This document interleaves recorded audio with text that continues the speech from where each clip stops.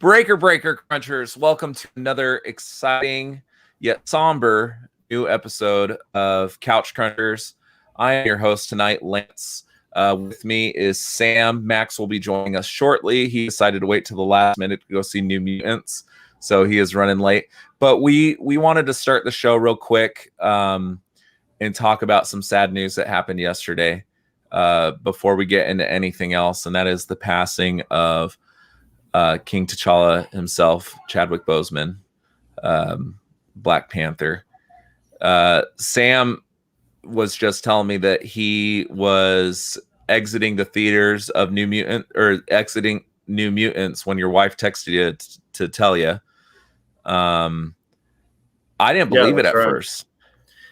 Yeah, I mean it's surreal to think that a superhero or someone who played a superhero would be subject to the same maladies that take so many ordinary lives, right? And not that celebrities are made up of anything different than the rest of us, but sometimes it feels that way.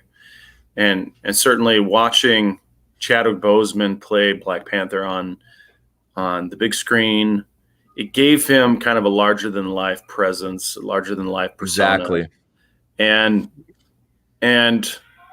I just finished watching a Jimmy Fallon bit where they had several Black Americans come up and they were talking to a movie poster of Chadwick Boseman in the Black Panther outfit.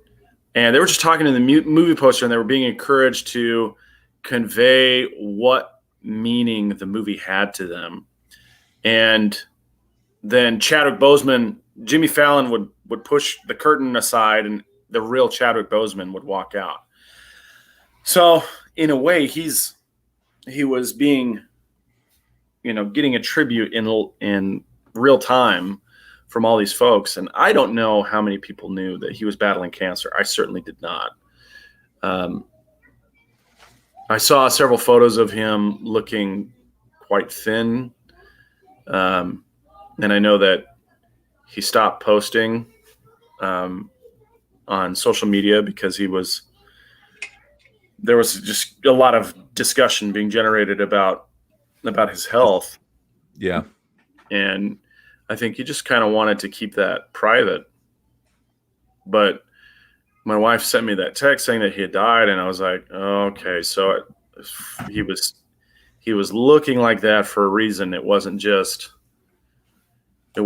for a movie role or for whatever. Sorry about that. Oh, it's all good, dude. You and I are the parental figures of this show, so I definitely understand kids walking in unannounced, man. But it's great. Like all the dots started to connect. I looked it up, and sure enough, he'd been battling colon cancer for the last 4 years, and I was like, I don't think Black Panther came out that long ago. It was in like 2015, maybe 2016. I'm not sure, actually. 2015 or 2016, I think you're correct. 2018. Came out in 2018. Oh, so he got diagnosed in 2016, right? That's what they said. So he was going on press junkets and stuff like that for this movie, which is extremely demanding, probably more so than any other movie he's done, right? Dude, not only that, but like if he was going through chemo treatments while he's trying to get in shape for Black Panther, that is such a tall order. That is such a tall order, and he did it. He still did it. And it's insane. He got jacked. He got jacked while he had cancer, dude. That's so tough. That is so freaking tough. And not only that, like he didn't even tell anybody what was going on. I'm wondering though if he told the Marvel officials and stuff like that. I'm wondering. I doubt it. They were planning sequels. Like he was gearing up to take on the mantle again. Yeah, maybe. So I think this is a surprise for a lot of people. Yeah. And even in his close professional relationships. I think a lot of people were surprised by this. I think of Black Panther, and I know that there's diverse opinions on the quality of that movie, right? I loved Black Panther, especially because I'm a huge Michael B. Jordan fan, and I still think it's one of the best villains in the entire MCU as Killmonger, because his motives were completely what's the word? Understandable, I guess you could say, or you could sympathetic, right? So Black Panther, to me, is one of the best Marvel movies I've seen. There are other people that don't like it, but what I will say is this: my boys look at that movie with such admiration, and I think of all the little, black boys and girls out there that never saw a superhero that represented them. You know what I mean? It's always been like really hulking white men, you know what I mean? And Chadwick Boseman taking on this role and just creating that inspiration, that just telling people anybody can be a superhero. It doesn't matter the color of your skin, it doesn't matter your religion, it doesn't matter your sex, your sexual orientation, none of that. Like, I just think that that's going to be a example that's going to be brought up for decades. You know what I mean? Until people start finally start being tolerable of each other and stuff like that. But he was the first, man. I mean, it's just so sad. I mean, he looked like he was in the prime of his health. I didn't see those pictures before yesterday. Someone had told me, like, oh, no, because I don't follow a lot of these actors online. Like, I follow the studios and I follow some of the news outlets and things like that. But as far as the actors, I'm like, hey, man, like, most of them don't say the most intelligent stuff anyways. You know what I mean? It's all politic based or sex based or something like that. So there's nothing really of value to me. But so I didn't follow him. I just not, I don't have that in me to follow celebrities. But when I saw the picture yesterday, I was like, oh, this doesn't look like a role. It's different when Christian Bale, lost all that weight for the Machinist, and you could tell it was a role. You know what I mean? I think he came out and explicitly said this is for a role. You know what I mean? But for Chadwick Boseman not to come out and say, hey, I've lost all this weight for this new role, I'm really excited about it, I'll tell you guys more about it later, to not say any of that and just leave it on the hook, there should have been a gigantic red flag. I mean, a lot of people were concerned about his health. Yeah, you can still find those tweets and news articles from back in April, I think it was, of some of the reports and stuff about fans being worried. And he looks sick, and now we lost one of my favorite superheroes, man. He really did a job on that Black Panther role that I don't think anybody else could have done. The stoicness and just I don't know, he acted like a king and it was perfect. But I don't know. Did you have anything else you wanted to say about him, or? I would just like to say that Black Panther for me was a very important movie. I think it did a really good job of juxtaposing this kind of ideal Black nation with the reality of Blackness in America, and it seemed like it was providing a bit of a roadmap forward. And I think a lot of people really appreciated that, and it resonated with them. I really enjoyed the film, and And I really, really liked Chadwick Boseman as Black Panther. I thought he brought so much gravitas to the role, Yeah. and he was so, and at the same time, he's so relatable too. So it's a very good movie. He's a very good actor. He did a lot of other important works. The Jackie Robinson film, *To Five Bloods*, you mentioned. He was in The James Brown. James Brown. He also did a movie with the Russo brothers that came out. I love that movie, by the way. It's 21 Bridges. 21 Bridges. That movie was awesome. So Max and I saw that together in Colorado because there was really nothing else. And it wasn't getting a whole lot of foot traffic compared to what a normal Russo movie would probably deliver. Mm-hmm. So we're like, oh, let's go see this. It's last minute. There's seats available. Let's go. I walked out of that movie. I'm like, dude, this was awesome. Like I was worried it was going to be like typical Marvel type, you cast Chadwick Boseman, you get the Russo brothers. Like I thought it was going to be almost like this Michael Bay kind of, big explosions and big action scenes. And it wasn't really like that. And it flipped the script a little bit. It was the black cop hunting the two white criminals and stuff like. So I thought that was kind of cool too. It was different than other things I'd seen. But 42, I have to speak of the significance of that movie because I saw it when it came out in theaters, and Chadwick Boseman was kind of a smaller name on the scene when he was cast for that movie. He was a bit of an unknown, and it just seemed like he went after roles that would have like these deep societal impacts, and they never were safe roles because he was going to be what's the word I'm looking at? Scrutinized for some of these roles that he took, Jackie Robinson, James Brown, Black Panther and stuff like that. And he never took the safe bet, and it's just really sad.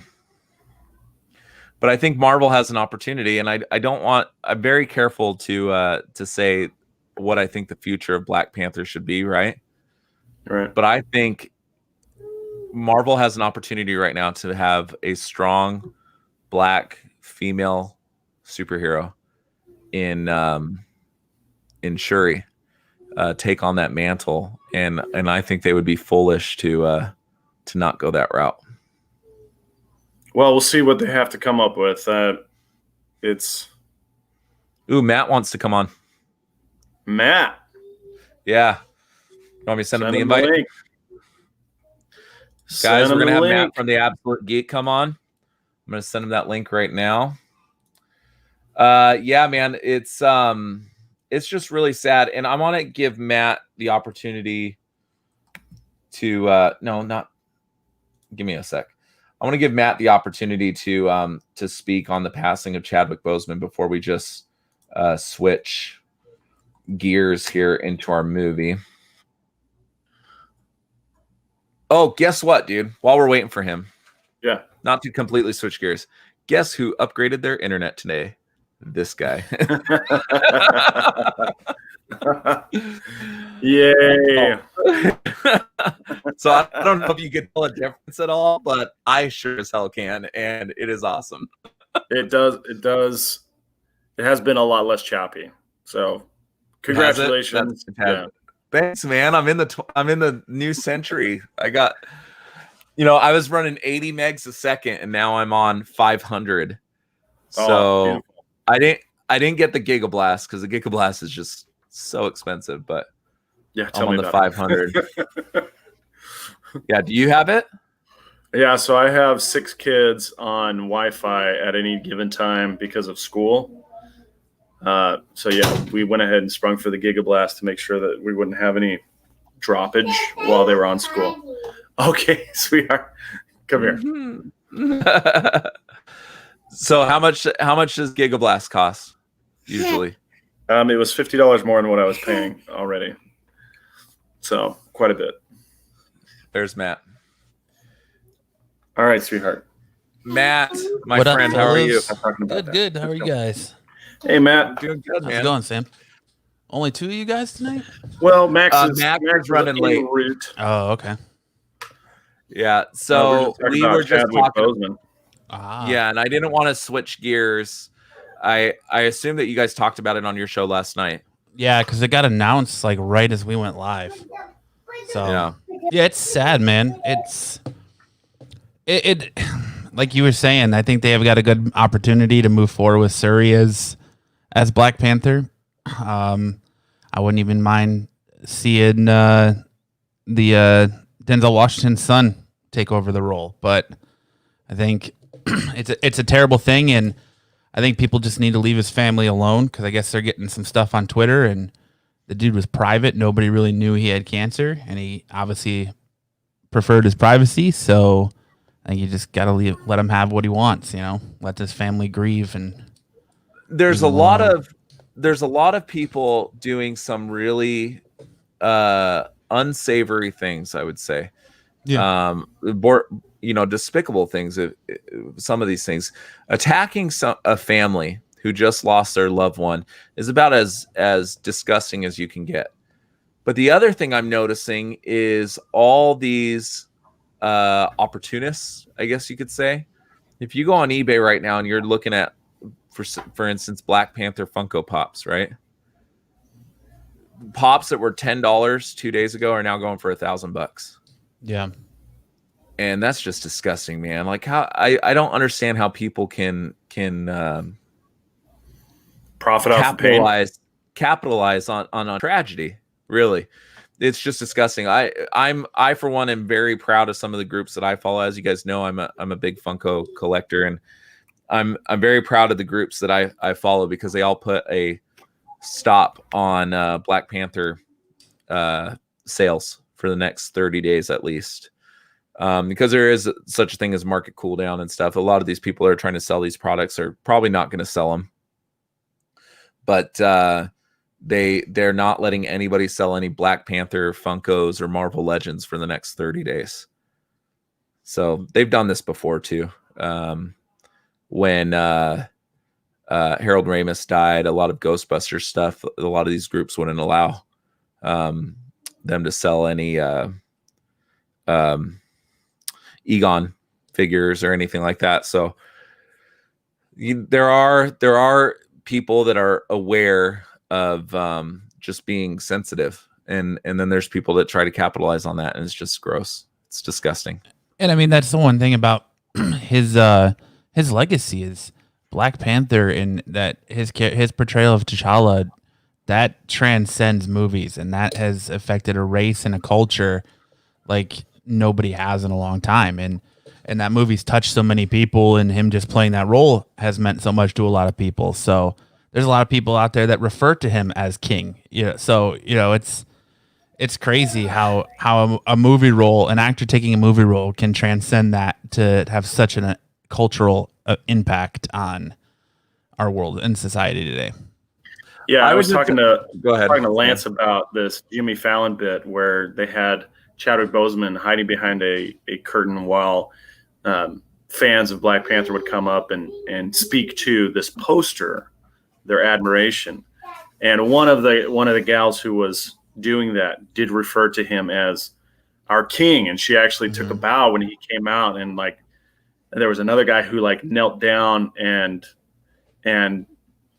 genuflected to Chadwick Boseman as though he were king of Wakanda in reality. And I think that movie just really impacted a lot of people. I think his role really impacted a lot of people, and he really was a dynamite actor. And it's just, I feel like this is such a great loss. Yeah, it's sad. Yeah. I just got a comment on how absolutely I'm trying to find the right words.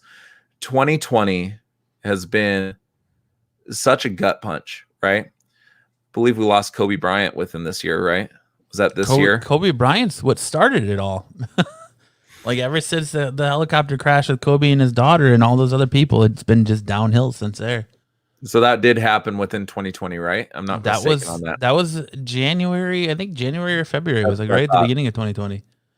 That's what I thought. So you got 2020, you got this COVID garbage, you've got the passing of Chadwick Boseman, and there's been so many other things, with the politics and the ugly politics that have been going on and everything like that. Like All the social 2020, injustice. Yeah.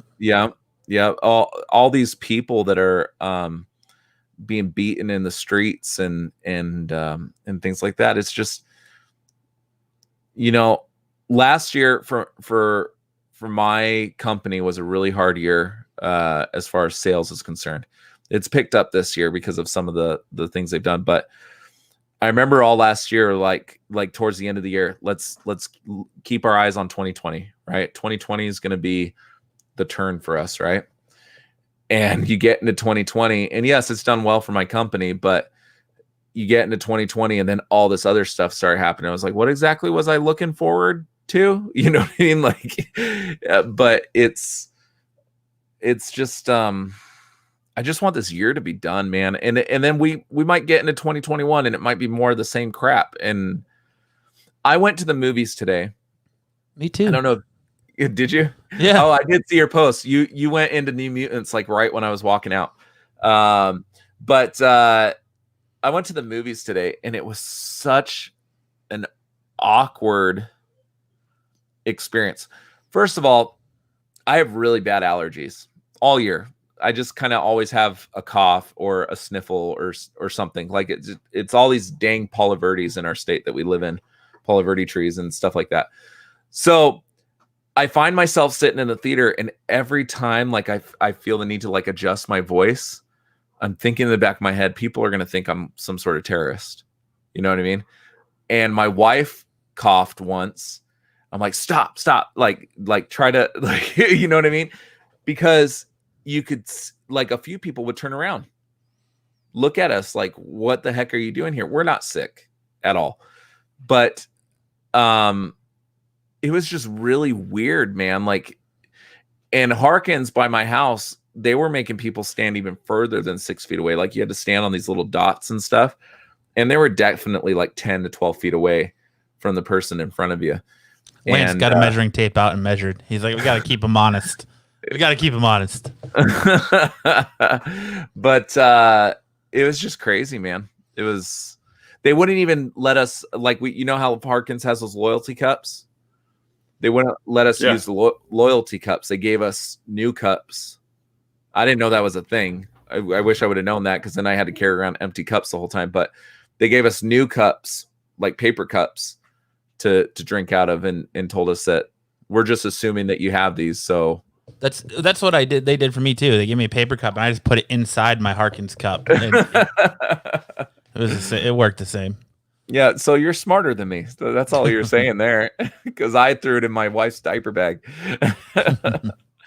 But yeah, it's just a weird experience, man. Like, our movie was sold out and there was probably 12 people in there.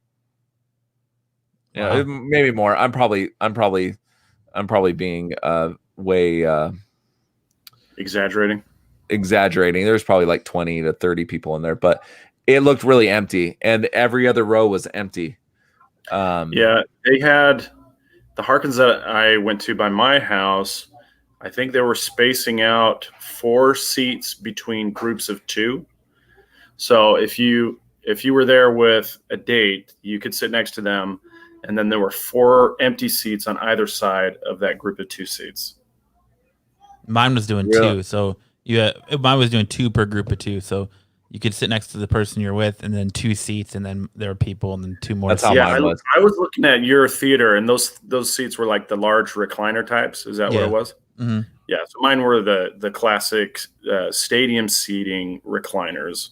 Mm. So they only just have like the little cup holder in between, not the big plush armrests like you had. Yeah, mine were those regular stadium seats. Like, you go into any Harkins, the same ones that that aren't comfortable, and they only had 2 in between. We had people two seats next to us.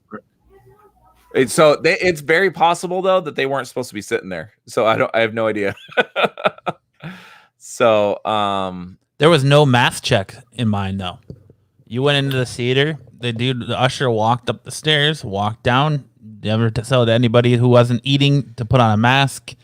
Nothing, and that it So was just we at the beginning of the movie, and then after that, nobody else came in. we asked about that, and they said that when you're sitting in the movie, you don't need to, is what they told us. Yeah, I can't imagine that it's going to cause a lot of ruckus. The way that they had things spaced out, like the chance of you contaminating somebody that at that distance is pretty low. You have to be trying pretty hard, like like walking up to the dude and sneezing right on him or something. Loading up a spit wad Yeah. in your straw, shooting it at them. Yeah. Oh man, but it was nice to go to the movies again. I had a great time. I really enjoyed going to the theater. Hey, there he is. What's up, Max? I tried to add him in, and he adds him in. Just let the host have his hosting duties, Max. No, just kidding. Is he frozen? No, he's just not talking. Max, the woe guy. Oh, anyway, I had a great time. I don't know about you guys. Maybe you could share. Yeah, I did absolutely. It was that little bit of normalcy that I think we've all been craving. It's absolutely. In a world where every week something different. What's going on, Max? It's crazy. Just going to the movies just felt home and a little bit of normalcy that you've been looking for. Yeah, I got to tell you, the last time I went to the movies was February, and I used to go once a week, if not 2 times a week, because I had that AMC pass or whatever. So going from March to middle August or whatever with no movie theater was a major disruption in my life. I just felt out of sorts, Like I went today, I'm going again Monday with Max to go see Tenet. Woo! So excited, man. I know. So I told my wife when the movie theaters open, I'm going to go see 3 movies in one day, and she said, "No, you're not." When they had announced that they were opening theaters in Prescott Valley and Flagstaff, I told my wife, I was like, we need to make a road trip up to Prescott Valley. We'll stay the night. We'll get a hotel. We'll watch New Mutants, and then we'll watch Tenet. It'll be great. That's what we're doing. We're gonna make a road trip out of this. And then the next day they're saying, "Oh well, actually all the theaters are open now." It's like, oh, okay. Well, we'll make a road trip sometime. It's interesting that AMCs aren't open yet. I've only seen Harkins so far.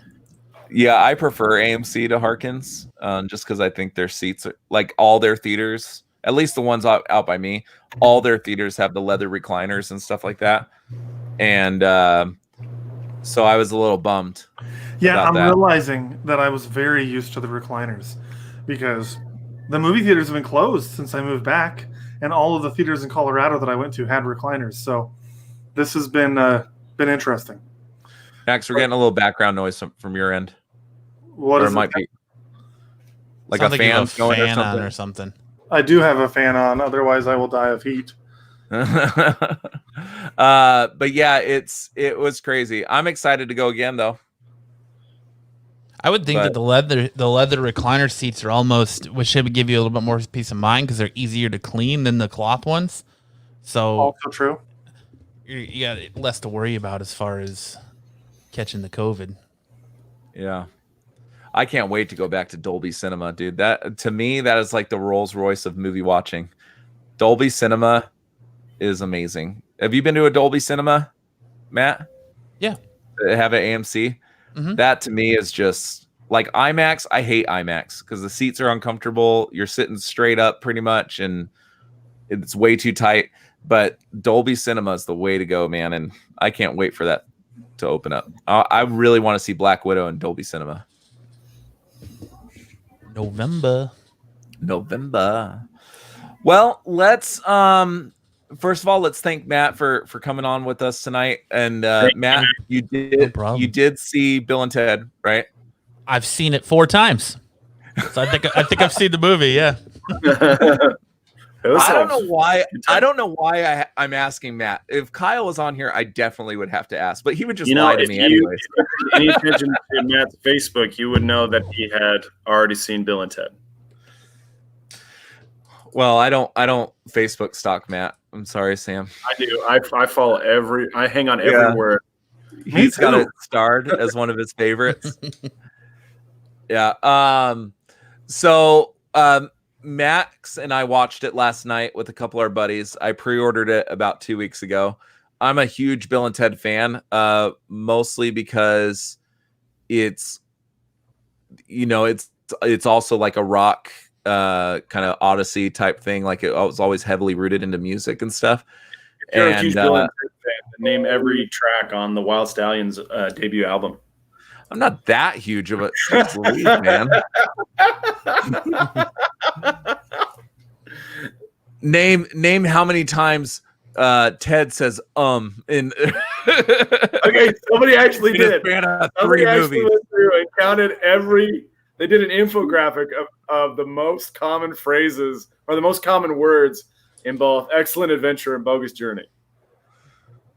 It's got to be excellent. It's got to be up on the list, right? Oh, they use probably dude less. And whoa. They use excellent far less in Bogus Journey than they do in Excellent Adventure. Really? So, how many of you guys noticed how much fun it looked like Alex Winters and Keanu Reeves was having filming this movie? Oh, they had so much fun. It seemed so genuine, didn't it? I personally, I think Alex Winter looks like he had fun, but I think Keanu Reeves looked like he was lost. He looked like he was out of place, like he didn't remember how to play the character. I thought he was very stiff in this movie. I thought he always looked lost in all three of them. But I mean, and I might get sacrificed on social media for saying this. I've never thought Keanu Reeves was a good actor ever. I like him as a person, and I like the roles that he's been in. He's not a good actor. And Sam is shaking his head. I can't believe you would say something like that. He's not a good actor, dude. Like, you got to remember, before John Wick came out, this was the consensus that most people had. I've never really agreed with that. Okay, but I did find the infographic that shows the breakdown of the most common words. Who do I send it to get it put up? You should be able to do it. Share screen. All right, let's see. It's just showing you guys. I only have one screen. One of them has to accept it. Let me just send it to you. Sam is this like 37-year-old man trapped in an 86-year-old's mind. His technology skills are little. Okay, I've got to. So Sam, he does a lot of stuff that I can't do. Like, I watched him do 25 push-ups for how many days in a row, Sam? 25 days in a row. 25 push-ups, 25 days in a row. I couldn't even stick to the 10 albums in 10 days.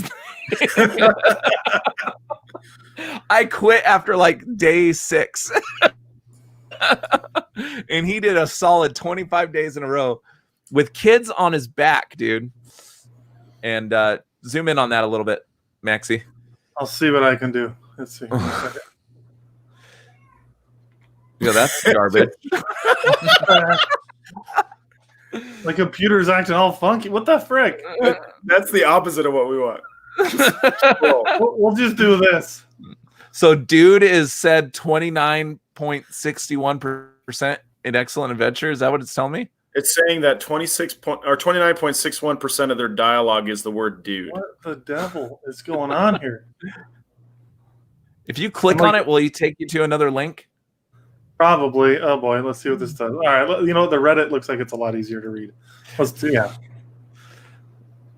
So in Bogus Journey, it's almost 50% of their dialogue. Is dude? Oh my goodness, dude.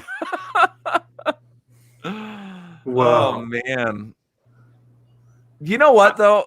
I don't know. Someone should really. That might be more than 100%. Someone should should follow me around for a week because I'm pretty sure dude and maybe the F word would be at my top list. For you? I do a really good job of centering myself on the show, but in real life, I am as vulgar as they get. The F word is definitely probably the top of my list. Lance is one of the funniest things that I've ever heard for me. So, and it's because we're religious, so I'll preface that. He doesn't like to use the Lord's name in vain, but he'll always say, "Gosh damn it." And I'm like, dude, just say "gosh dang it." It sounds so like off-putting to say "gosh damn it." It just sounds weird. Dang it to me isn't even a word, dude. Like that just seems so weird. That's such a weird combination. I don't know. It's probably because anytime I would say God, my mom would slap me in the mouth when I was a kid. So now I say, gosh, damn it. What do they call that? Negative reinforcement? Is that what it's called in psychology? They call that child abuse. They call that being Italian. They call that open up a can of whoop ass. That's what they call it. Oh, man. Speaking of opening up a can, I finished my first shipment of Wild Bills, and I've already got the first part of my second shipment. And for you Couch Cruncher boys, I ordered something a little special because I know it's going to take you some convincing to buy in. You guys ready? Grape soda? I bought you guys some grape. Oh, yes. You're welcome to Matt. Matt, what's your favorite Wild Bills flavor? I don't even know. I haven't had Wild Bills since Phoenix Comic-Con last year. Right. We had some at Tucson. That's when I know Lance got some. I had to convince Lance and Corbin and Tyler to buy it. And well, how much is a mug? It was like $40. Yeah, I'm like, F that, dude. Like, there's not even Diet Coke in here. It'd probably have to be their cream soda. Their cream soda. So good. That's so good. I would add their cream soda to whatever other flavor I was getting. And it just always enhances everything. So. Yeah. I would add their vanilla. Is it vanilla cream? Yeah.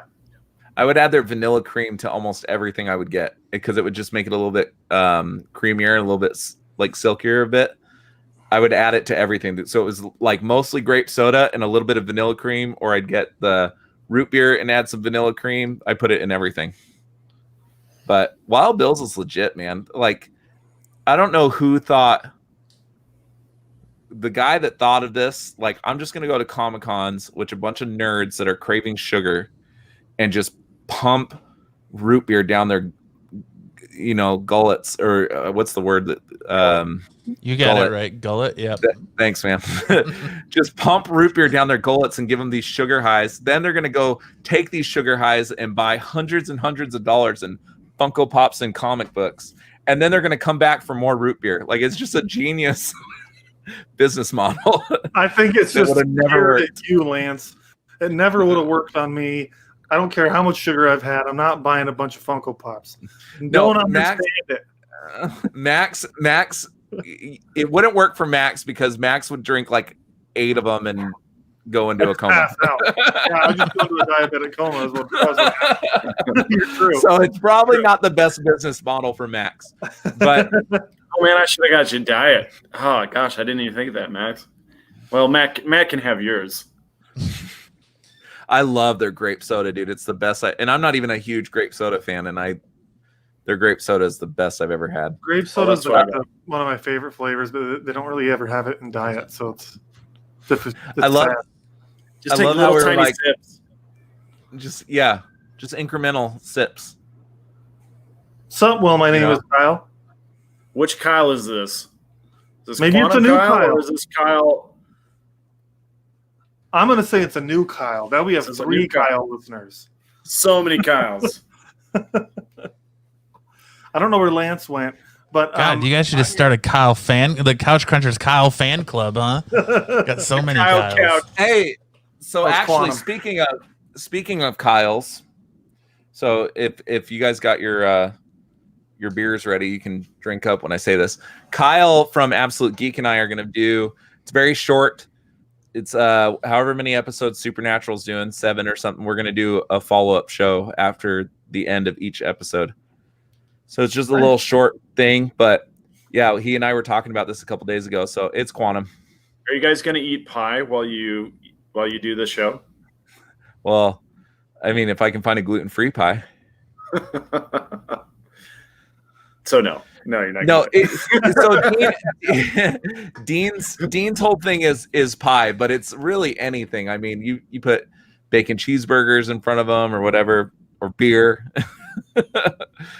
You know what's really interesting about Supernatural and character development is that once the actors got married, they stopped having sex scenes in the show. Oh, really? Yeah. They still comment from time to time Dean's heavy porn addiction, specifically Asian porn was what I've seen.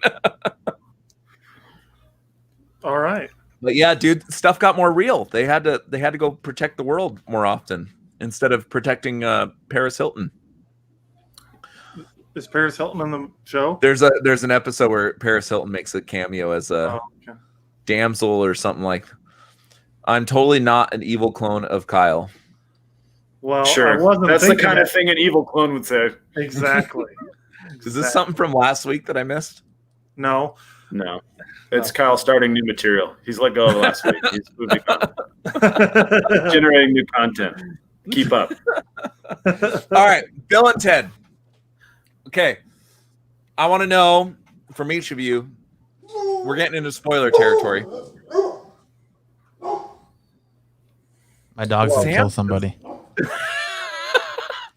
I thought it was Sam's house. Sam's got a party going on over there. Yeah, I literally have a party going on. My nephew's birthday party is taking place while I'm doing this podcast. Oh man, look at where your priorities lie. And you're like, let me sneak away real quick from all these kids to go podcast. Sorry, on Saturday I can't help watch all these rascals. Yeah, it's podcast night. So I want to know from each of you. We'll start with Matt. What was your favorite scene of the movie? Bill and Ted. That's hard. Favorite scene. And then after you give your favorite, give your favorite. Yeah, I don't know, man. That's hard. Yeah, pick someone else. I have to think about that. Let me start. I'll do it. Okay. Okay, so favorite scene for me was after they had all been killed and they're all in hell and they're trying to convince Death to rejoin the band. Like that was so hilarious to me. Dude, like, when he went off on 40-minute solos, dude, I died because that's exactly how my bassist is. Oh, dude, it's so funny. Like the last time I saw such a diva was when I did a podcast with Jay.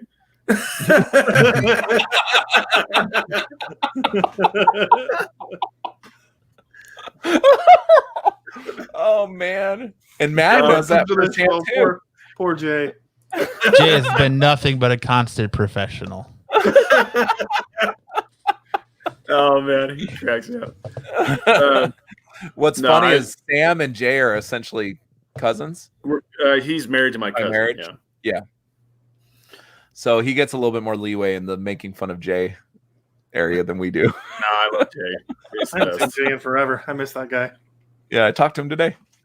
Nice. But continue, Sam. Yeah, I thought it was so funny. It's such a great show, or such a great scene, because it ties into Bogus Journey, but then also like what happened. It's kind of the interstitial stuff between Bogus Journey and Face the Music. And that was really cool. Like they were connecting the dots between the two movies, and I really thought that was a lot of fun.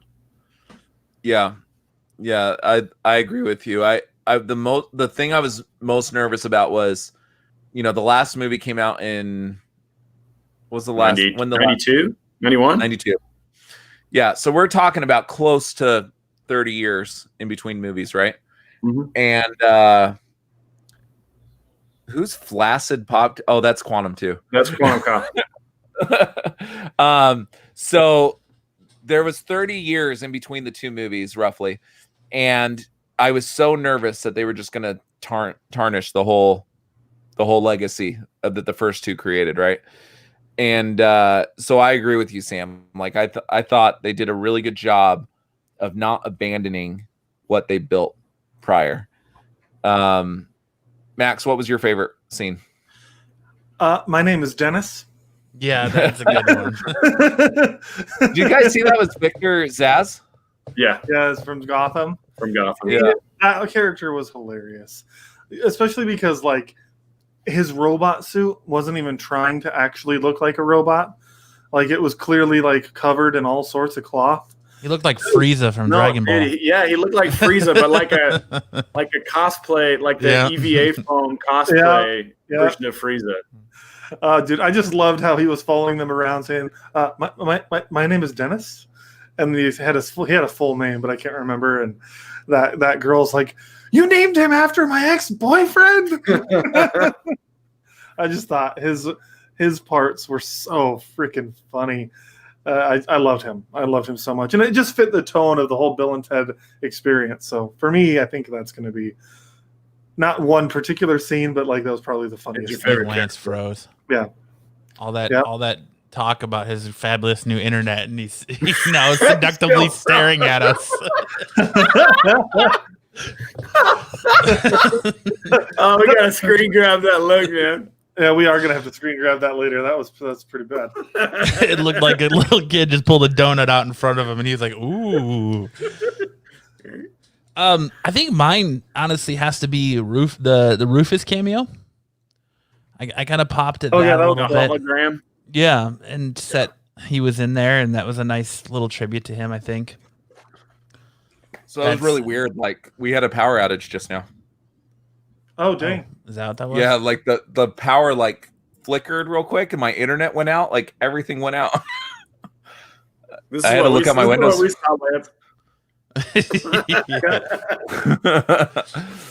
was a little more seductive than that, but oh yeah. Okay. Well, let me I'm pulling it up. No, I wasn't talking about your imitation. I was talking about what Lance just did. No, it was so seductive. A little more seductive. Like than this. that. Oh, you gotta drop the flag at the bottom so we can see Matt. You don't need to see me. Jeez. What are we looking at here? Yeah, what are we looking? This is a nice black screen. What are we doing? What's going on? What the heck are you doing, man? I got booted. So why are we sharing your screen? I swear this is not our first time doing this. Okay. It's a ghost of the machine. See, Matt comes on here because he's like, I'm gonna come on Couch Crunchers, and my show's gonna do everything that those guys don't do. Like and then his show will be a success. What the frick are we doing? What are we looking at? Take this off. I think Max is having issues. Max got hit by the rolling power outage. Good Lord, what is he doing? I don't know, but I'm seriously about to boot him into timeout. I don't know what's going on, dude. Well, he lives pretty close to me, so now we got. Now there's two Maxes. Wow, he's multiplying. It's a Max shell game. Which one's the real Max? You got to lift up the cup. Yeah, and see. every time I try to share my screen, it just boots me out. Okay, so quit. What are you trying to show us? I'm not going to now. It's fine. I was going to show you guys. I took a little snippet of Lance's face that was frozen, and I was going to pull it back up. But every time I try to show it, it's all captured in our hearts. But yeah, I think my favorite scenes are the Rufus cameo, and then when they go back and they meet their future selves the first time, and how Ted always has how Ted always has a problem with himself, and he always fights with himself, and like Bill and himself are cool, but Ted and himself always have some sort of conflict. That's so funny. That was funny. Is that because Ted and his dad don't get along? I don't know. I haven't really shrinked it that much, but I just think it's fun. Like that's what I love about that. Always Be My Maybe movie on Netflix is I love like Dick Keanu Reeves because you just always see him as such a nice, wholesome guy, And when he's just a dick at anything, it makes so much better. So when he's being a dick to himself, it was like that much better. So that's when he's really flexing his acting chops, right, Sam? Yeah, he sure is. He does.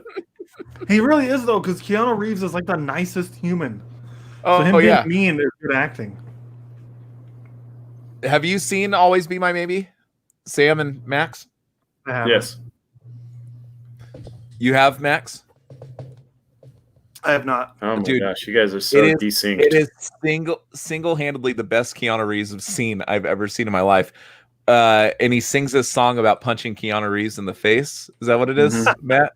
Yeah. And it's on Apple Music. It's so funny, dude. Like I play it at least once a month. I'll put it on my playlist. But my favorite scenes had to have been probably the Rufus scene, and then anytime Kid Cudi would try to explain quantum physics to Bill and Ted, and Dude, they would look at him like, doesn't that remind you of Futurama, where the Harlem Globetrotters were like always explaining the deep level physics for everybody?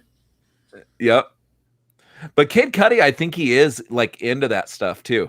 He's a really smart dude. I don't know if I had to explain to the three guys that I was watching Bill and Ted with who Kid Cudi was to begin with. But he's a really intelligent guy. But I loved his little cameo and the Dave Grohl cameo. That was good too, yeah. But then so speaking of Dave Grohl, they kept talking about, we got to write this song that unites the world. They should have just called Tenacious D and played tribute, and it would have saved the world. Yeah, but that's not the song. That's only a tribute. Yeah, but they couldn't remember the greatest song in the world. No. Oh, man. It was just a tribute. You got to believe. You got to learn the lore. You got to learn the lore, Lance. Oh, dude, I know it's just a tribute. Have you guys watched the HBO series? It's just 3 episodes. The Tenacious D. They go a little bit deeper into the whole song. Lore? Yeah, not the Pick of Destiny, because that's just the movie, but about the devil trying to steal their souls with a rock off.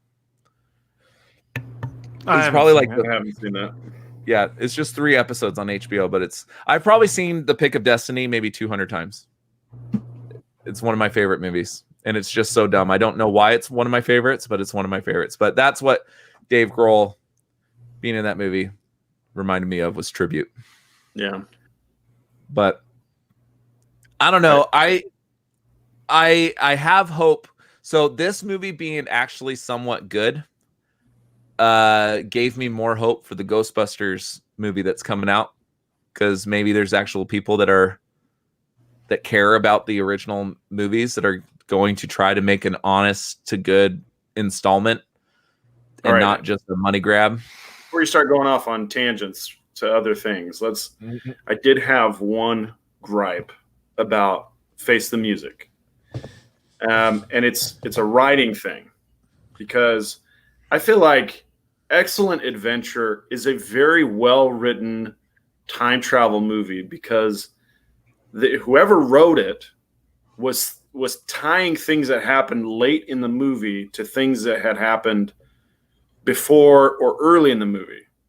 And so you see Bill and Ted, they run through the movie, and then they go back and they set up all of the little tricks that need to take place in order for them to get to the assembly, to their presentation. And it's like a deterministic time travel scenario. And so it makes you think that, okay, this is how time travel worked for Bill and Ted. And when I was watching Face the Music, I was like, okay, how are they going to make it so that they get through all of these years without their wives and still get to the end of the movie where everything is wrapped up tight? So I was hoping, or I was expecting, the same type of deterministic time travel, where it doesn't matter where you're going back and forth. That thing that happened in the past will have always happened in the past, and you can't go back and change it. I was kind of expecting or hoping for something like that, and it did not play out that way. They changed it by saying that they were crossing realities, and I was disappointed because I feel like the writing from Excellent Adventure was so tight as far as those little trips back and forth, and they had 30 years to perfect the story here. I don't know that they were working on it for that long, but it was certainly in the last. I think I heard about Bill and Ted's 3, maybe 4 years ago. I think they started talking about it. I know Alex Winter's been trying to get it made for the last like 10 years. But I think it's had like 4 or 5 different scripts. He needed some money. That writing trope, though, goes all the way back to Bogus Journey, because you're right. Excellent Adventure was self-contained. They set up the parameters of the story, and the movie worked within those parameters very well in Excellent Adventure. And then Bogus Journey, it's just like they just tossed it all out the window. So that's kind of when all of that, I think, the poor storytelling came from. And not to say that Face the Music is not a wonderful movie. It is very fun. Mm-hmm. And I mean, you've seen it 4 times. I went ahead and bought the movie. I plan on watching it many times because I had a great time watching it. And I really liked the portrayal of their daughters. I love that their daughters have the name of their best friends. Right? So funny. Thea is named out is Bill's daughter, and then Billy is Ted's daughter. So I thought that was just, that's really funny little Easter egg there. And they don't ever like come out and address that they were named after the other one. They don't have to do that because it's so obvious, but it's just a really fun thing to pick up on. Yeah. But it was just the one hang up, and it's nitpicky, right? I'm not trying to say don't see this movie because darn it, they didn't get their time travel right. You can't get too deep in the woods with a movie like this. Yeah, they didn't get their time travel mechanics right, so it's just unwatchable. That's not what I'm saying, but it's the one thing that I'm like, they did it so well in Excellent Adventure, and I just would like to see that mechanic carried forward because it is a difficult mechanic to pull off, and they did it very well. And maybe Excellent Adventure doesn't get enough credit for that, but I really like that by the end of the movie, you're seeing where all the pieces fit together. And Bogus Journey doesn't do that, and Face the Music doesn't do that either. So if that's something that you're really hoping for, just going to have to let it go because the rest of the movie is quite enjoyable. I mean, I got to give a big bravo to the actress that plays Billy because she nails Keanu Reeves' mannerisms. Oh, yeah. She was so good. She nailed it to the point to where I didn't like it at times. I was like, "You are too good at this. It is off-putting." It kind of got into that uncanny valley thing for me, honestly. So I've seen her in a few different things. She was in Action Point, but most notably, she's in the show Atypical. I don't know if any of you guys have seen that on Netflix. It's a fantastic show. And she plays the sister of the main character who's autistic, and she is absolutely phenomenal in everything she's in, and it was not surprising to me how good of a job. Thea, at points I was like, I'm not as into the actress that's playing Thea, but Billy was just great. All right, so would it surprise you or surprise any of you to know that one of those 2 girls is the niece of actor Hugo Weaving, who played the Agent Smith and Elrond from Lord of the Rings? I mean, you just told us that that's the case, so I guess I'm not surprised. Now that you told yeah, but let me ask you, which one of them would you think? Blonde. I'm going to say the blonde. It is the blonde. Yeah. Well, because her last name's Weaving, isn't it? Yeah, it's the Tamara Weaving, but I think the other one is like a dead ringer for Hugo Weaving. Like she looks just like him. Thea looks a lot like a mix between. Thea looks a lot like a mix between Margot Robbie and the girl from Community, Britta. Mm-hmm.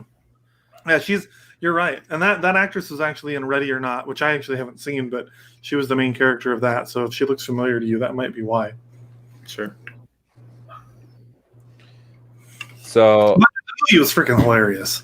Like I had so much fun with my buddies last night watching this. I mean, it doesn't hurt that I also love smoking barbecue, so I smoked a couple chickens, and then we got to watch the movie. But like, it was a good time. So funny. you should really say I put some chickens in the smoker, because a couple times I've said, yeah, we're going to smoke, and people stop me halfway before I can get to the chicken part and think, oh, they're going to watch Bill and Ted. These guys are going to go get high.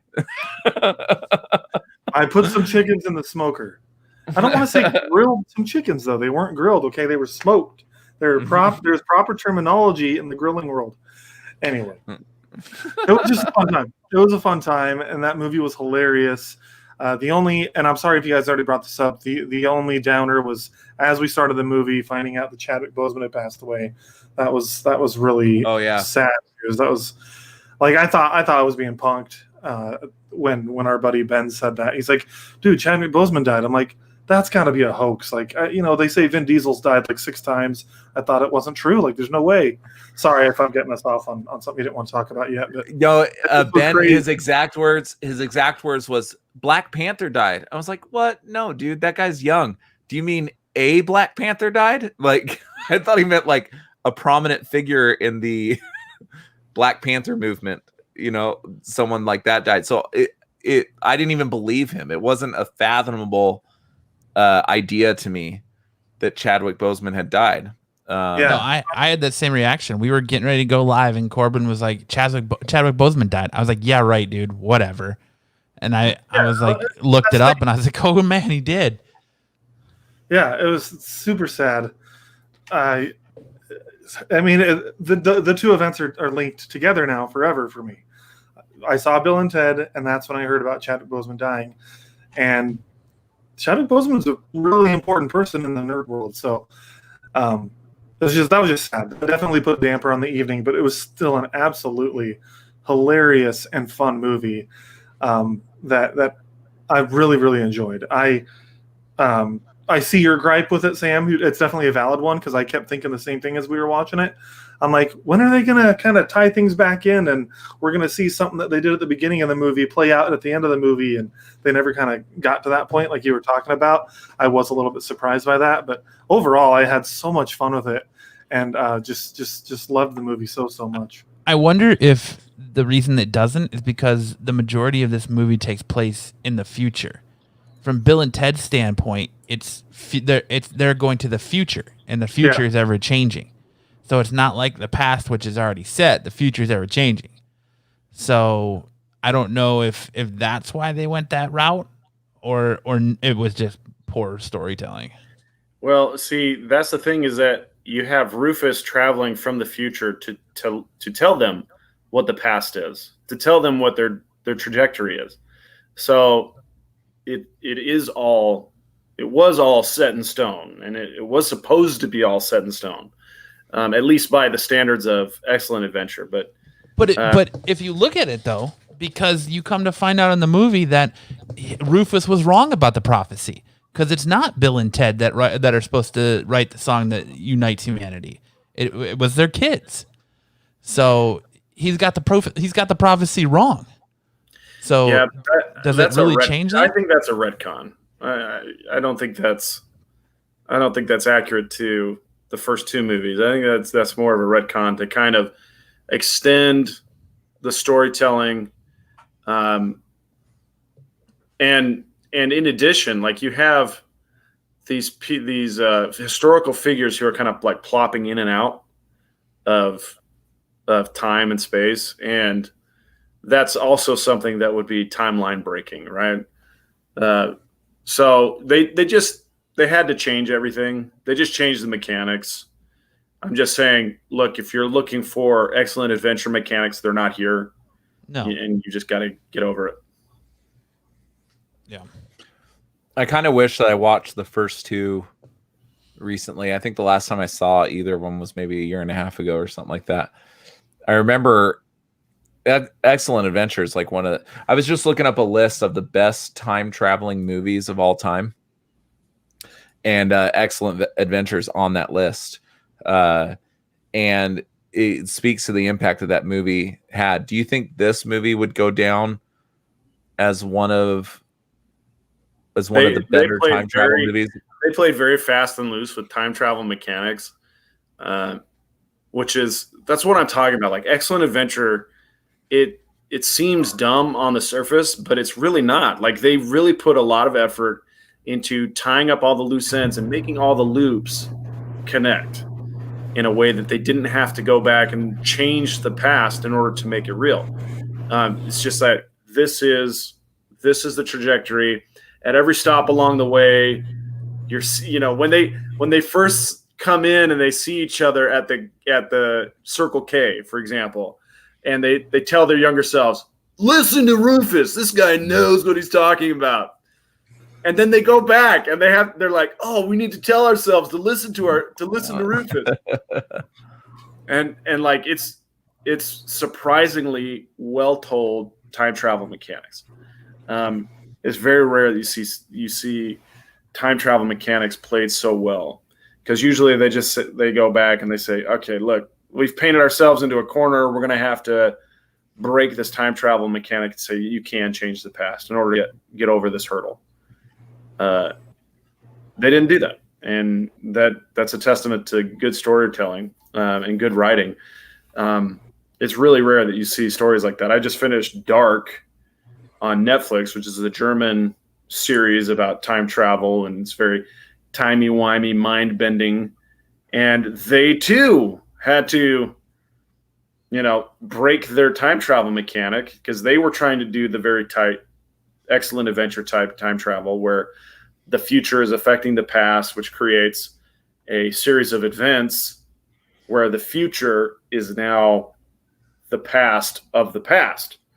And they eventually, in order to get out of that loop, had to break their very tight time travel narrative, which, that more often than not, that's the way it goes. And so I don't think Face the Music is going to go down in history as a good time travel story, but it is a lot of fun. So that's my 2 cents, maybe more. Maybe it's 40 cents. I was thinking it was about 67, maybe 69 cents. Nice. Oh, you dirty dog. I mean, I had my biggest issue with the movie too was with the writing, but it wasn't that trope. It was just how fast everything happened, and it just felt like everything they did was just so fast. Yeah, it was. I didn't think it was long enough. It was an hour and 30 minutes. It was short.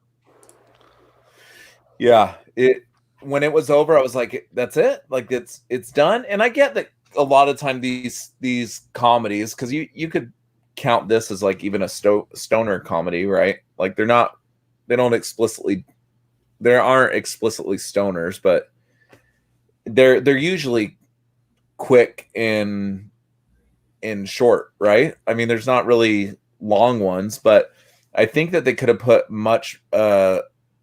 done a much better job with some of the, I felt like the wives were in the background for a lot of the movie. I felt like the daughters, like their impact, you didn't really understand like where their impact was being felt through the whole thing. Like from the trailer, I understood it as more as the four of them were going to go and do these things together, and their daughters were doing their own thing. And then they just didn't spend enough time diving in deeper to some of those things that would have tied the story up a little bit better.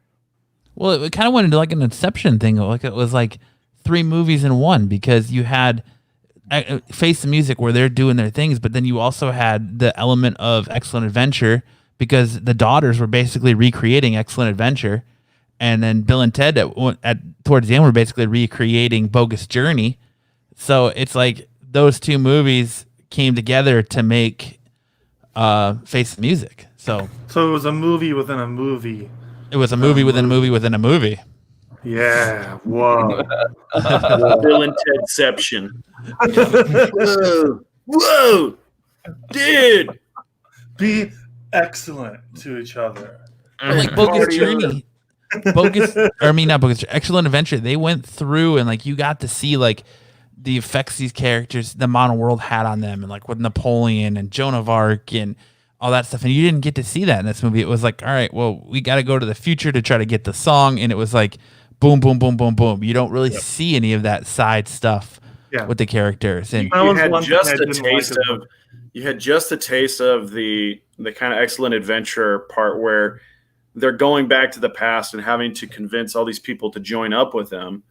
And there was a lot more going on in their trips to the past. I think for the most part, they just kind of shortcutted the Chinese flute player, the caveman drummer. They just kind of really breezed through those two characters. The Jimi Hendrix and the Louis Armstrong was probably the most fleshed out any of them got. Yeah, that was one disappointing piece. Was Excellent Adventure grabbed people from history that like everybody knows. You know what I mean? Like they were all well known in history, and this grabbed people that I had never even heard of. Jimi Hendrix. You don't get more well known than Jimi Hendrix, Louis Armstrong, Louis Armstrong. No, stop. And Mozart, but those three, of course, I knew who they were. But the caveman drummer and the Chinese lady, I'd never heard of either of them. That's dude, all I was super disappointed. They're like, we're gonna go get the greatest drummer of all time. I was expecting they were gonna go get Neil Peart, and then they didn't. They got some cave woman that I'd never heard of before. Yeah, because I'm sure that's not a real person. Like, we don't know that much about the cave. What a missed opportunity. They could have got some actor to play Neil Peart, and that would have been awesome. No, but Louis Armstrong was great. I thought they blew their budget on Dave Grohl. Or Travis Barker would have been hilarious. Oh, dude, Travis Barker would have been awesome. And actually have Travis Barker do it, that would have been so cool. Yeah, that would have been hilarious. They had Dave Grohl in the movie and didn't invite him to be the drummer. Right. Oh, you're absolutely right. Oh my gosh. That's all I'm saying. The movie was really good, but like Bill and Ted's Excellent Adventure got like every one of those characters was well known, and the historical characters got more screen time. Like Napoleon was freaking hilarious in the first at the water park. At the water park, and Golfland. Yeah, it was hilarious. Like they that were was all filmed at Golfland, right? You guys know that, right? Yeah, no, Big Surf. No, that was definitely Golfland. 100% Golfland. Yeah, definitely. It was Sunsplash? Yeah. Golfland. It was like Sunsplash was like brand new. The slides that he's going down are the Golfland. You can see the Golfland like mini golf in the background there. It's totally Golfland. The bonsai slides and the Yeah, he was going down slides, and I'm like, I've been down those. It's been a long time, man. And there's a scene that they do at a park, and that park was right across the street from my junior high school. It's called Kleinman Park. Oh, really? That's cool. Yeah. That's really cool. Yeah, a lot of that movie, the first movie was filmed in Arizona, but the Circle K is the one on Southern and Hardy. Yep. Oh, really? I didn't know that. That's cool. Yeah. That's cool. They didn't film this one in Arizona, did they? No. Any of it? I think they were supposed to, and then they didn't come here because of the whole no incentive, no tax breaks in Arizona. Oh, really? Mm-hmm. Yeah, because they were set to film at Metro again, and they didn't do it. And then Metro is no more. Yeah. But yeah, it's that was always like Bill and Ted being filmed in Arizona, I remember was like kind of our call to fame when we were kids. Like my band took pictures. My band took pictures in front of that Circle K for a promo because it was in Bill and Ted's. So that's awesome. But yeah, you're right. Like I was hoping when they went and got Jimi Hendrix and Louis Armstrong, I'm like, oh, this is awesome. Like we're going to see these guys actually play an impact.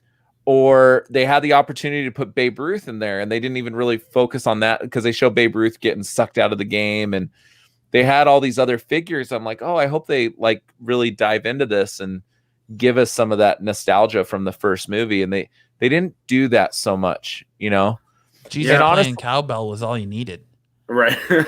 Like he was going ham on that cowbell. He was going pretty crazy on the cowbell. But Matt, you touched on something that was absolutely missing from the movie, which is the princess wives' journey with themselves. We didn't ever see that, and that seemed like a major B story for the movie, right? Because Bill and Ted are out there trying to save their marriages, and that kind of sidetracks them from saving the world, right?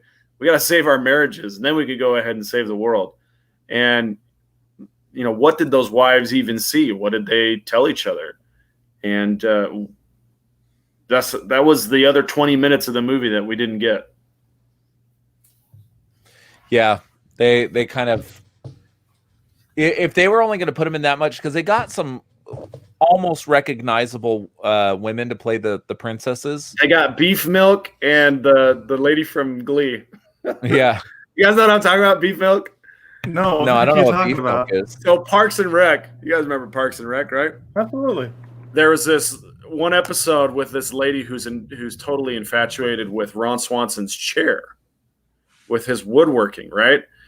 And she's like this fashion icon, and she goes around telling everybody what's fashionable, and everybody just fawns over her. And she's telling Ron that there's this great new product out called Beef Milk. It's like almond milk, but it comes from cows. He goes, "It's effing milk."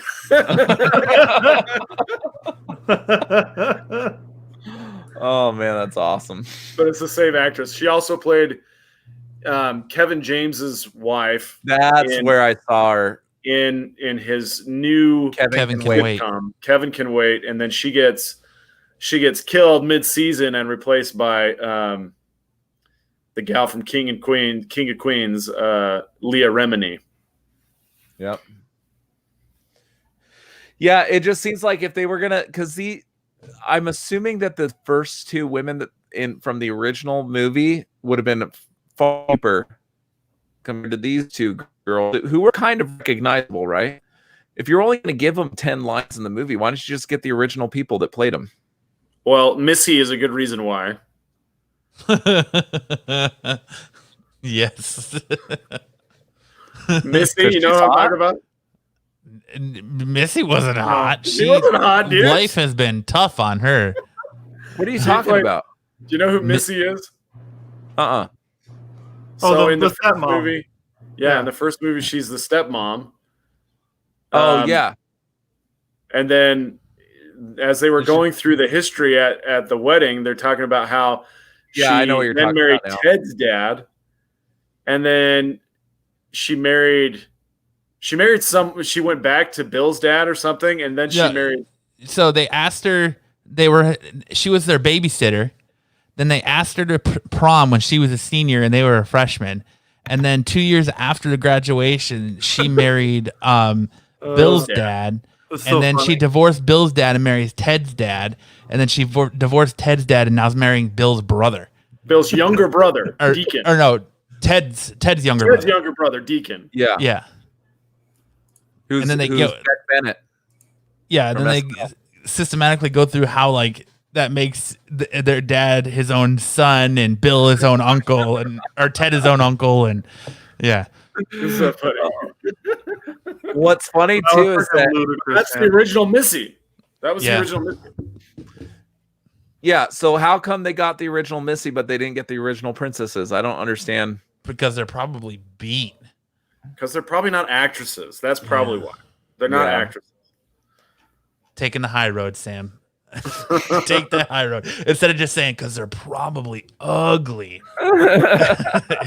Safer to go. They're just not actresses. I'm going to look them up. I'm going to see if I'm shocked or not. Well, I think I'm ready to give my rating. I don't know about the rest of y'all. I am. Yeah. I'm ready. Let's do it. While Lance is looking up the ladies, the princesses. All right, so so dirty. Lance is pornhubbing the ladies. Oh my goodness. Oh my gosh, dude. So I gave it a three couch cushions and a throw pillow. 3.5 out of 5. Thought it was a lot of fun. Yeah, it has story elements that the previous installments in the series did better, but it was such good time to see Bill S. Preston Esquire, Alex Winter, and Keanu Reeves as Ted Theodore Logan, which honestly, Ted Theodore Logan has never really left us. Keanu Reeves never stopped being Ted Theodore Logan. But it was good to see them back on the screen together doing Wild Stallions. Be excellent to each other. It was so fun. And I did buy the movie, so I am going to be watching it again. So 3.5. Take it away. Nice. They're not haggard. They look fine. Well, let's see. Is haggard still a word that's used? Is that Sure. still? I dare you to say it to your mom. Oof. They look fine. They could have done it. They're still actresses today. Well, they weren't the same. I don't think they were the same in actresses in Bogus Journey either. I think that role has changed in every movie. Has it? I don't think they were the same actors. They might have been, but I don't believe they were. So they had Bill and Ted's Excellent Adventure. So this is Kimberly Cates. She's one of them. Bill and Ted's Excellent Adventure, and then she was in Bill and Ted's Excellent Adventures TV series in an unaired pilot. When did Bogus Journey come out? I think it was 91 or 92. Yeah. Well, it says Bill and Ted Excellent Adventure came out in 89. 91. Yeah. So they must. 91. So it's somebody else. So you're right. Well, So you're saying she got recast during the movie? She was in Excellent Adventure, but not in Bogus Journey. And so was the other one, Diane Franklin. So Bogus Journey princesses are different princesses. sorry, guys. I have one more missed opportunity from the movie. This was a missed opportunity, in my opinion.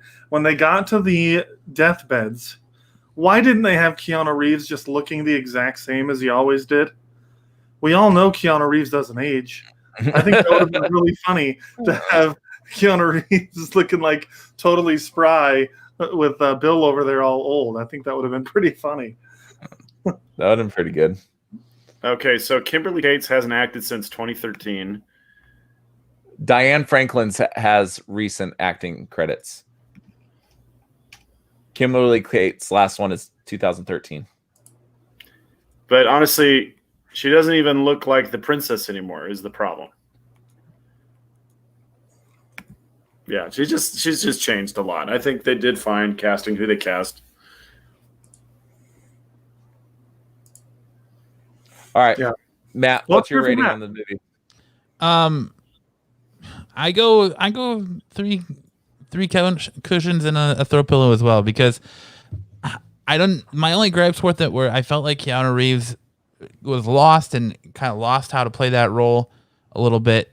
And that kind of took me out of it.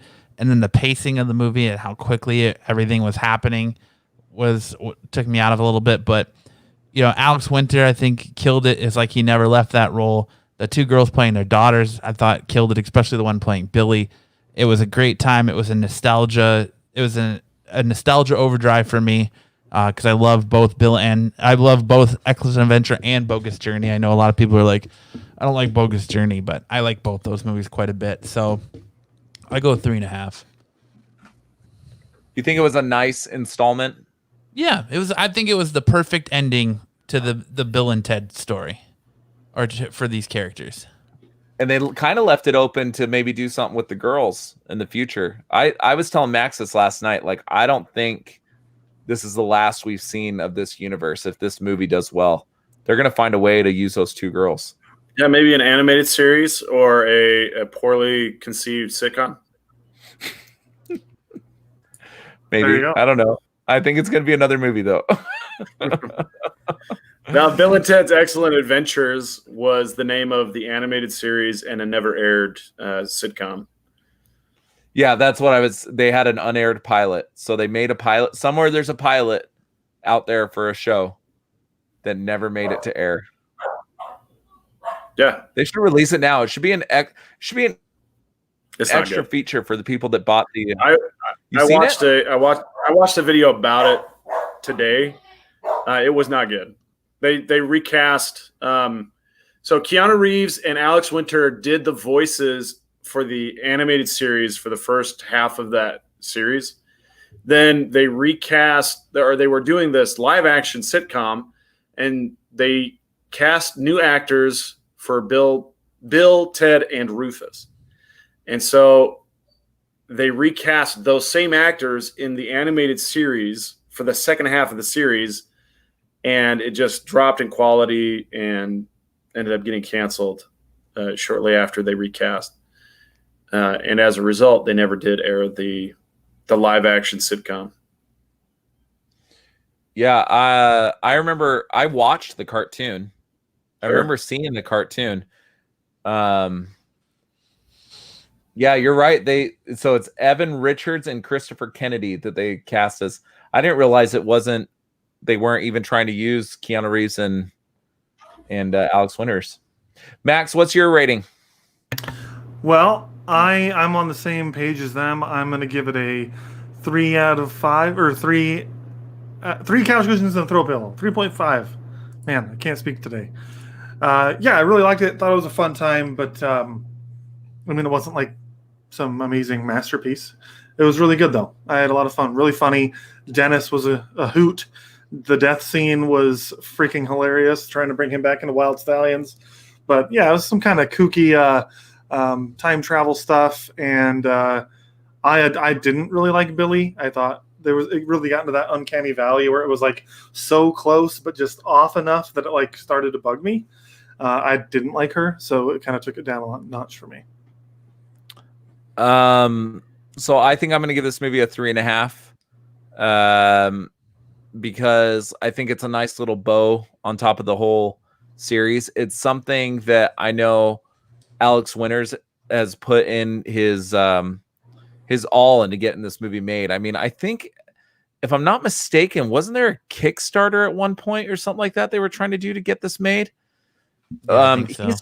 This guy's tried everything. Like, he wanted to get this movie made. It was a labor of love. The fact that I thought Keanu Reeves looked like he had a lot of fun doing it. I think he did. I intend watching it. Do this movie. He has so many other movies and so much money. I think he did this because he wanted to. Like he was excited to do this.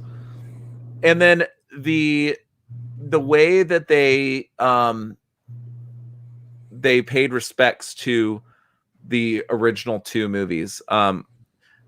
Having a Bill and Ted movie without George Carlin in it just felt weird. You know what I mean? Like, without Rufus in it. And I love that they created like a monument for him when they were entering that, whatever that thing is, the Hall of People or whatever. Mm-hmm. That they created this little this monument to Rufus. Like, I thought it was a nice little touch.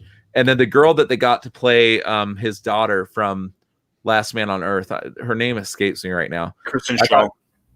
Thank you. I thought she was great as a nice little replacement. When she walked, I didn't realize she was in the movie. For some reason, I thought that it was Parks and Rec girl. What's her name? Oh, her name escapes me right now. The hot one from Parks and Rec. What's her name? The hot one? I'm forgetting. What are you talking? You're not talking about Aubrey Plaza? Aubrey Plaza. I know you've got a big thing for Aubrey Plaza. Yeah, I know her name. I just was drawing a blank. It's early onset Alzheimer's. Sorry. So yeah, young timers. Young timers. But because I don't know why I thought that when she came out of the ship, I was like, oh, that's not Aubrey Plaza. But I don't know why I thought she was in this movie, but I thought that they just were very careful about how they paid respect to the first two, and they didn't want to do anything that soiled the memory of the first two, like we've seen movies before it have done, these little soft reboots or whatever you would call them. The all-female led Ghostbusters comes to mind. So I love that about it. I thought it was nice. So 3.5 out of 5. So was there any headlines you want to talk about, Max? We did talk about wanting to talk about New Mutants a little bit. Oh yeah, that's right. Thanks for reminding me. So we're gonna just get really quickly into New Mutants. I tried to unmute myself and it stayed muted. Yeah, I didn't have any other headlines. Did you guys talk about Chadwick Boseman before I came on? We did. I tried to hold on so you could say something. Do you want to say something real quick? No, I mentioned it earlier. I just wanted to just kind of, not that anyone from his family is going to watch this, but just kind of express my condolences and appreciation for him. What a great actor he is. A person that is a role model for not only Black young boys but all people and children out there. And I know that for Black kids, like, he was really important to them. I know that Blade was a superhero led by a Black man, but that's different than when you have a more all ages Black Panther movie, like a truly like all ages hero on the big screen. Like, that was such a big deal for that community. And I think his loss is definitely a big one. And he was just I don't know. I really like the actor, and I'm sad to see him pass. Like, you and I reviewed 21 Bridges last year that we saw, and it was really a fun movie as well. And it was just sad. I just couldn't believe it when I had heard that he had passed, and I just wanted to express pay a little bit of tribute to him. It sounds like you guys already did. Sorry I was late, but yeah, we spent a little bit, but I just wanted to touch on something. So you brought up Blade, and I think that the difference between what Chadwick Boseman did for Blade, or for Black Panther, and what Wesley Snipes did for Blade, is Black Panther and Chadwick Boseman is the first time that you've had a prolific Black superhero of some sort that's not playing to a stereotype for the most part, right? He was this polished, like, very professional thing, and a lot of the time, and it's a shame, you get these stereotypical portrayals of some of these. Wesley Snipes in Blade was just kind of, there was a lot of stereotypes there. So to see Chadwick Boseman bring this kind of character in this prolific sense come to life, I think that's why his role is such an impact on society. So absolutely. I don't know if anybody agrees with me, but I haven't seen Blade, so I don't really know. But I just think that I know, from people I've talked to, that he was very important to them. That Chadwick Boseman and that character in general coming to the big screen was a really big deal. So I just think it's just sad. 43 years old and he passed away. I had no idea. Like, I saw pictures of this guy, or not saw pictures. We've seen him in all these Marvel movies for the last 4 or 5 years. And he looked like a beast, man. He was in really good shape. And it just goes to show you that these kinds of cancers can really get you fast. So, yeah. Well, let's really quick. We're not going to spend too much time on it because I don't know if it warrants to spend a lot of time on it, but we all saw New Mutants. I saw it today with my wife. Max was late to the show because he went out and saw it last minute. And I'm just kidding. I'm giving you crap. But it was, I think you could really talk on, first of all, if you like the movie, but also what it was like to finally go to the theater and see a movie. I think those play into it. And I'll start since I usually go last. And just so we're clear, we're keeping this spoiler free, right? We want to just kind of give our impressions. Yeah. Yeah, cool. I don't know. It's up to you. But we'll talk off there, but let's keep it spoiler free for now. I liked it. Though it didn't check some of the boxes that I was hoping it would check. Right? It wasn't scary. It wasn't scary. They market it as this horror movie. The trailers were making it seem like it was going to be this kind of jump out horror movie. Were any of you did any of you have those jump out moments throughout the whole movie? No, but I hate jump scares. So that was a positive for me. They didn't even have jump scares. There wasn't even like a sense of dread or tension at all. Like, no, it wasn't a horror movie.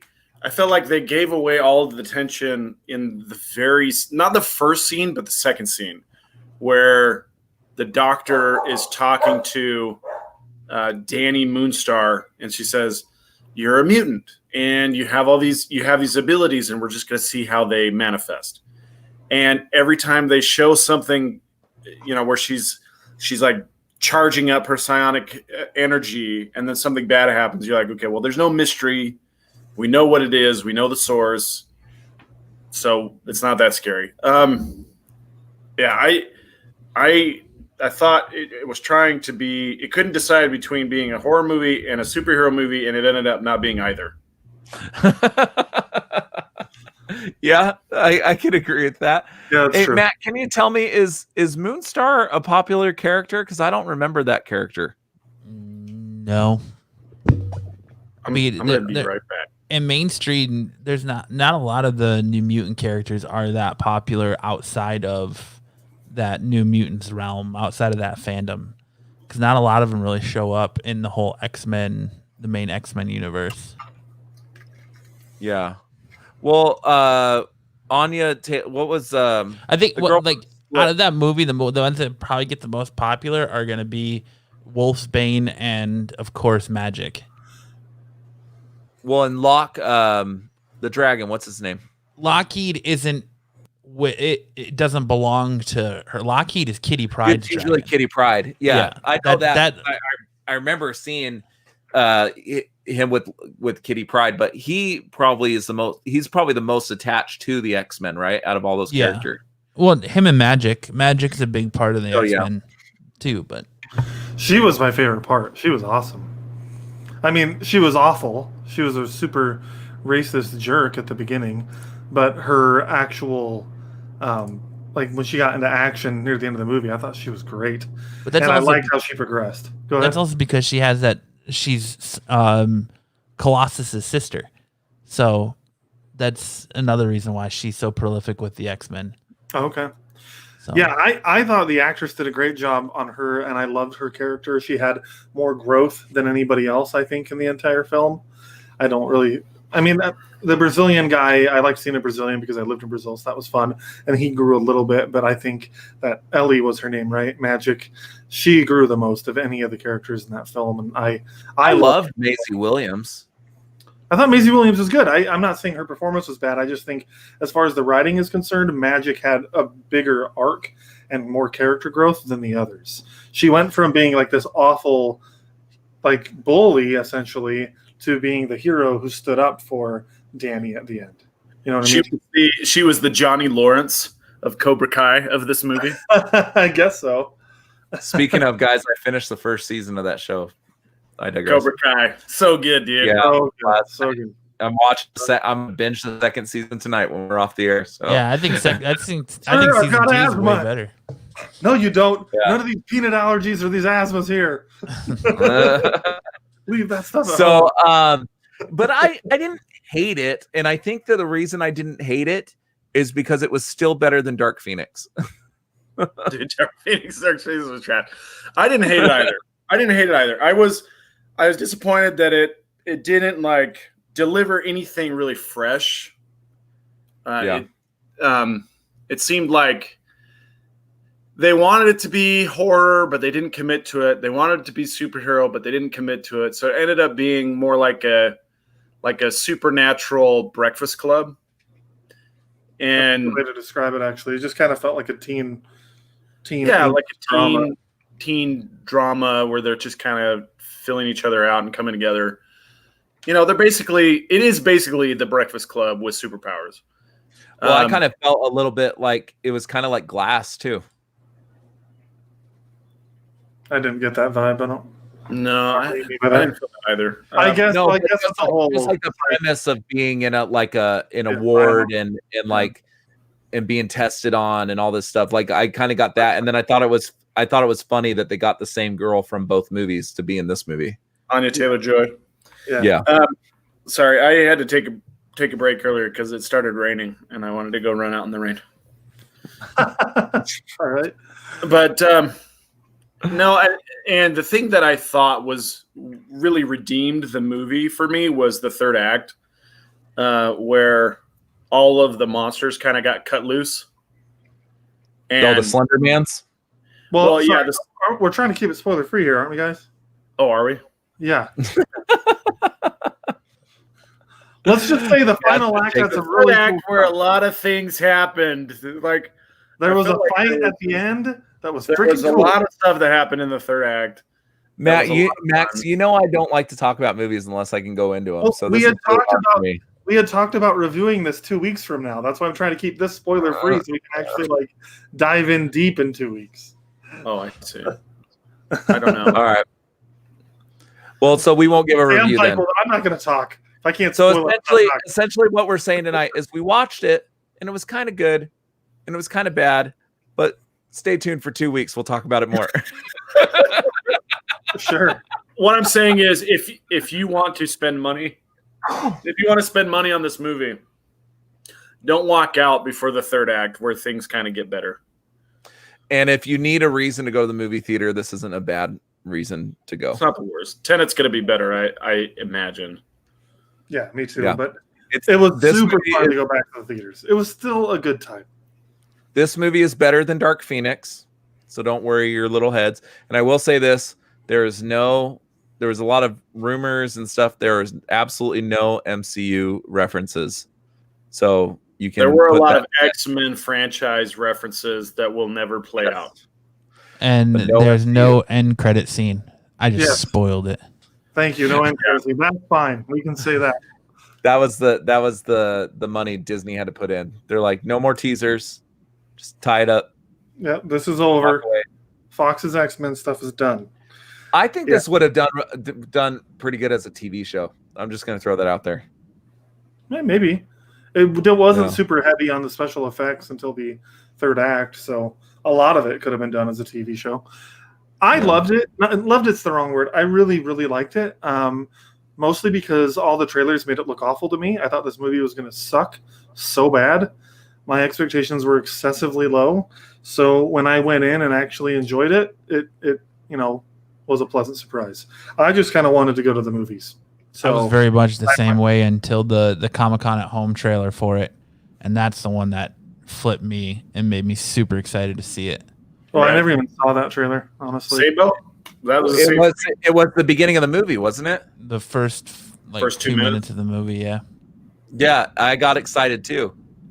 And then I remember I was like, "Oh, they're not going to change this at all from what I've already seen, are they?" Like I was hoping there was they held something back. This movie has been in the can for 2 years. Yeah. Yeah, I remember thinking they were going to release this on Hulu eventually, but I don't know why they didn't just release this on Hulu back in May. They could have done it, and it. You know what? Fun. It's all good. I'm glad I got to go to the theaters, and without spoilers, there's a scene that basically the whole third act was a fun theater experience. Like there was some real cool cinematic. You want this to be loud and big, and it was cool. You guys read Solo Leveling? Have you ever seen Solo Leveling? Do you know what that is? No. I don't know what the words that just came out of your mouth are. Solo Leveling. No, I know what it references, yes, but there's a web comic called Solo Leveling. It's very good. It's very entertaining. But one of the big creatures in this movie reminds me a lot of one of the big creatures in Solo Leveling. In fact, the effect that they use or the graphic they use during the credits to depict the character looks like it came straight from Solo Leveling, and which is ironic because this movie was filmed before Solo Leveling was created. So go figure. Solo Leveling's from Korea, so there's not copyright infringement or anything like that. But it was ironic. That is ironic. Isn't it ironic? There was iron in it and a Nick. So Iron Nick. Anyway, it's raining. It's raining like this. Max did not get the reference. Did you get the reference, Max? No. It's like rain. Go watch Dogma, dude. No. Or yes. Anyway. And that's the show for tonight. That sounds good to me. Let's end the show there. We don't need to do Fab or Flub tonight. Yeah, there's nothing really to do. So the consensus, what was the movie? Bill and Ted got a 3.5 out of 5 from all the crunchers and from Mr. Matt from the Absolute Geek Podcast. Check out the Absolute Geek Podcast every Friday night at 7 p.m. 7:30 p.m. Mountain Standard Time. That's right, we're at 7 p.m. Mountain Standard Time on Saturdays. So go watch Absolute Geek and then come back to YouTube the next day and come watch Couch Crunchers, where Matt will make regular appearances. But I just wanted to talk about Bill and Ted, and I saw you guys are down a man, so I was like, all right. No, we love having you, man. Yeah. Oh, speaking of, I really want to touch on this about Matt. Matt just celebrated 7 years doing his podcast. Oh, congratulations, sir. That is a monument. Wow. That is monumental. How many episodes you got under your belt now? 500 after last night, 503. Wow. Congratulations, man. That is huge accomplishment, and you should be proud of the show that you built, because it's a very good show and we all love it. I celebrated my achievement by doing the trifecta, because I was on Grizzle Geek yesterday, my show, and now this. So There you go. all three shows. All three shows in 1 week. Guys is coming on here in a minute if you want to go on that too. Oh yeah, I'm all potted out. I'm good. So tune in next week. We're going to be talking about Tenet, and at 7:00 Saturday Mountain Standard Time. And normally I finish the show by telling you to keep on geeking on, but tonight I think we're going to end the show saying Wakanda forever. So Yes, sir. thank you Chadwick Boseman, for bringing a fantastic character to life, and you will be missed. And that's our show. Thank you, everybody.